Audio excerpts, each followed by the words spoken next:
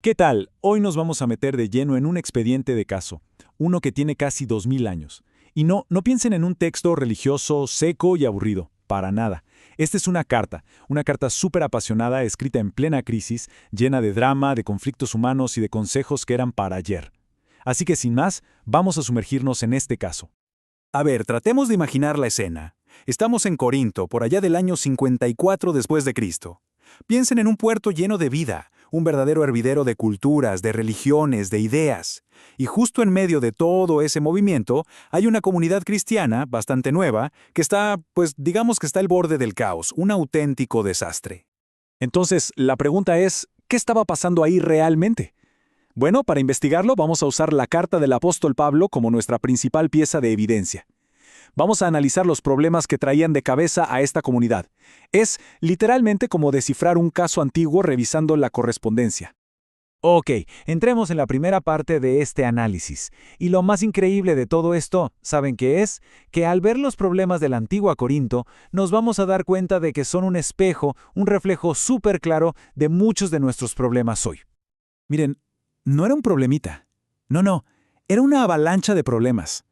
Había rivalidades feroces, choques de clases sociales, ricos contra pobres, escándalos públicos, imagínense, demandas legales entre ellos mismos, debates súper intensos sobre el matrimonio, peleas sobre quién tenía los dones espirituales ¡wow!, más espectaculares.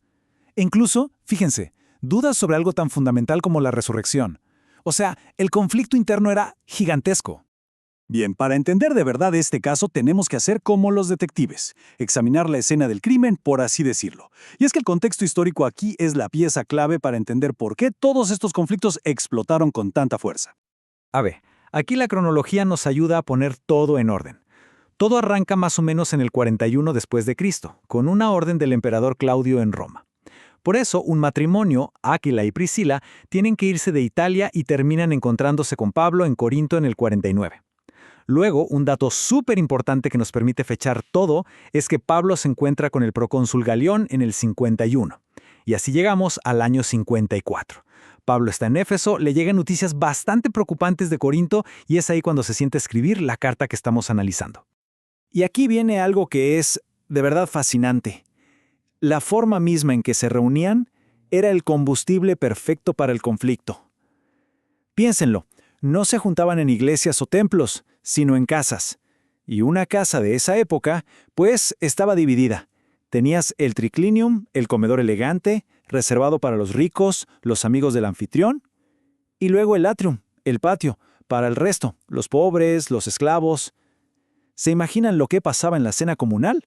Unos, los del comedor, dándose un festín, mientras que otros, que seguro llegaban tarde después de trabajar todo el día, se quedaban con hambre. Lo que debía ser un momento de unidad se convertía en el símbolo de su división. Terrible. Muy bien, vamos ahora a la pista principal de este caso, las divisiones, las facciones, o como a mí me gusta llamarlos, los clubes de fans que estaban literalmente destrozando la comunidad desde adentro. Esto ya no era un simple desacuerdo, era una crisis de identidad total. Resulta que la iglesia estaba partida en bandos, casi como equipos. Estaba el equipo Pablo, los que seguían al fundador, luego el equipo Apolos, que estaban fascinados con este predicador súper elocuente, también el equipo Cefas, o sea Pedro, los que se sentían más conectados con la autoridad de Jerusalén. Y por si fuera poco, había hasta un equipo Cristo, que a lo mejor surgió como una forma de decir ya basta de divisiones. Es como hoy en día, con las marcas o los grupos de amigos, pero todo girando en torno a líderes espirituales. Y la respuesta de Pablo a todo este lío es brutal, súper directa y poderosa. Les escribe y les dice así, sin rodeos: Pablo no fue crucificado por ustedes. ¡Pum! Con esa frase corta de raíz todas las rivalidades. El punto era clarísimo, recordarles que el único fundamento, lo que de verdad los unía, no era ningún líder humano, por más carismático que fuera. Pero ojo, la cosa era más profunda que solo seguir a una persona u otra. En el fondo, era un choque de formas de ver el mundo. Por un lado tenías la sabiduría griega, que buscaba entenderlo todo con lógica, con filosofía, con discursos bonitos. Y por otro, el mensaje de Pablo, que era el discurso de la cruz. A ver, la idea de un Mesías crucificado, para la mentalidad judía, era un escándalo, y para la griega, una completa locura. Pablo les estaba presentando una paradoja total.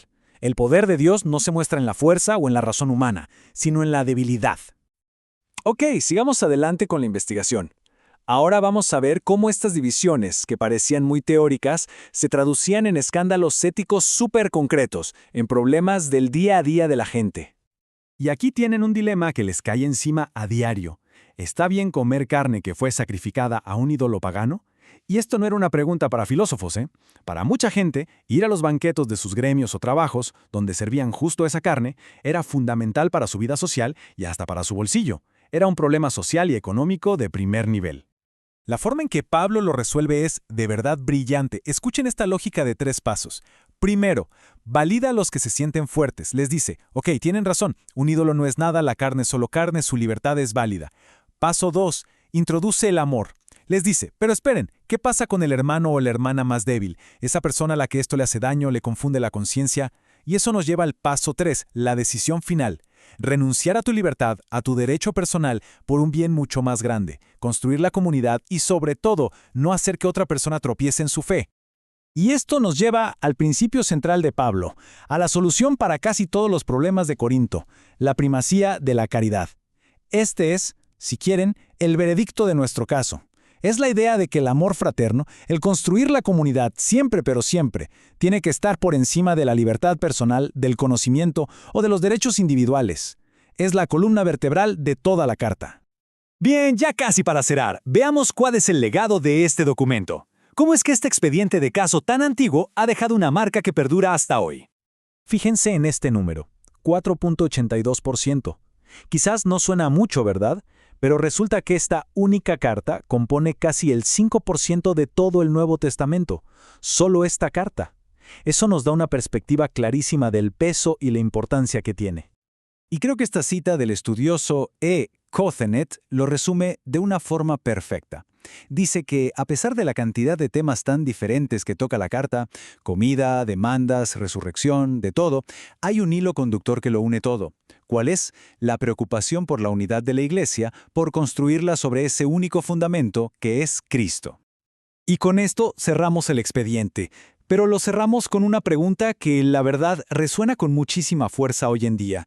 En un mundo como el nuestro, tan lleno de divisiones, donde tanto se habla de derechos y libertades personales, ¿cómo se vería en la práctica aplicar este principio tan antiguo de la primacía de la caridad? Ahí queda la idea para reflexionar. Gracias por haber estado aquí